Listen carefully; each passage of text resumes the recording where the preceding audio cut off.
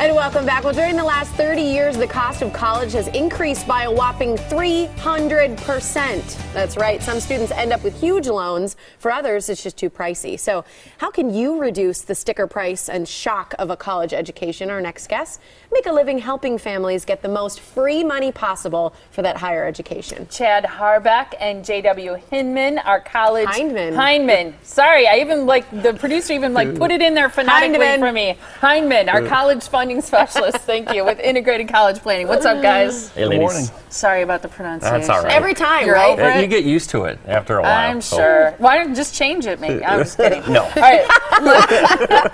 Let's talk about college. Specifically, you've got a sophomore or a junior in high school. So we're talking to a very select group in our audience right now, but what should you be doing right now?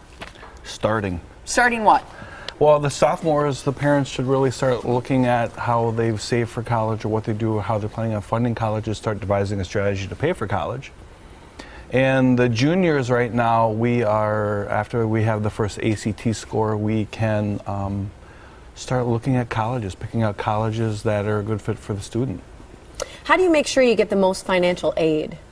By applying to the right colleges. Yeah, because the one thing that you've educated us on in the past is that not all colleges are created equal when it comes to financial aid. And a lot of people, myself included, always thought it really depended just on your own family situation when it comes to financial aid.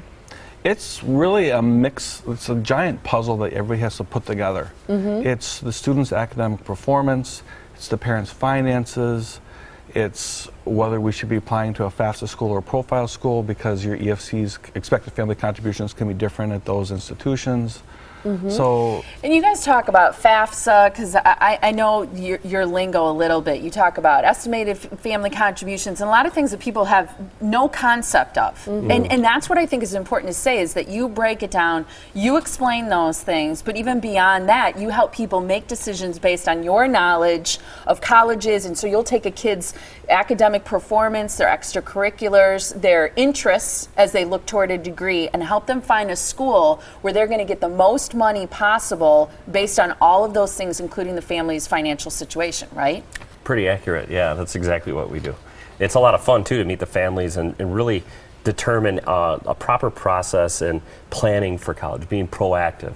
How do we get the most money from the colleges so that we don't have to pay as much out of pocket? Break down the expected family contribution for us and how people can figure out what that is.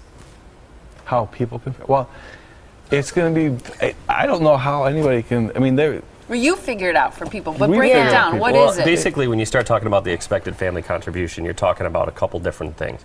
We do explain it in the workshops, but it's going to be determined by income, assets of both the student and the parents, age of the eldest parent, how many family members are in the family.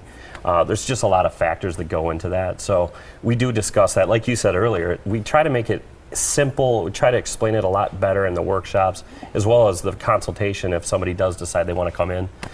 So we help families in a way to make college planning a little bit easier. And realistically, it's about having a plan. Yeah. Is it too early for high school freshmen, for example, and is it too late for high school seniors? I would say at this point that the seniors, it is kind of late. However, what we've found is that some of the families who've been coming in lately, we've still been able to kind of point them in the right direction. But they really should at this point have already started the process, if not be almost completed with it. As far as a sophomore goes, you got to have a plan. Yeah. And that's one of the things that proactivity definitely gets rewarded in this process. It's great that you guys do a free consultation, because parents, I think, have so many questions. When they sit down with you, you guys go over all of this with them, right? Yeah, we try to give as much free information as we can. If we determine that we can help a family, we tell them that. If we can't help a family, we'll tell them that as well, unfortunately. But it's great. It's great to know. Yeah. It's important information, and the expected family contribution, once you get to that number, why is it so important as it relates to funding college? Well, it helps them determine, number one, how much money they have to come up with out of pocket.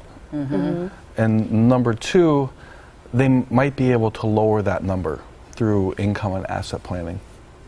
And that's huge, isn't it? Yes. Because there are probably a lot of mistakes that people make as it looks toward. Yes. I mean, even as far as getting numbers on the wrong line of the FAFSA form could cost thousands of dollars in financial aid. Yeah. Important numbers to know, important information to have, especially as you look forward to that college education for your young one. Here's the information on the free college funding workshops. They go from 6:30 to 7:45. It's on February 4th, 8th, 18th, and 20th at the locations on your screen. You can rewatch this at our website or just go and visit their website. It's integratedcollegeplanning.com. That's where you register for one of those free funding workshops with Integrated College Planning. Here's how you can contact them. They're on Silvernail Road in Pewaukee, or again, the website, integratedcollegeplanning.com for more information. Thanks so much, gentlemen. Thank you. Thank Nice you. to see you guys. Good to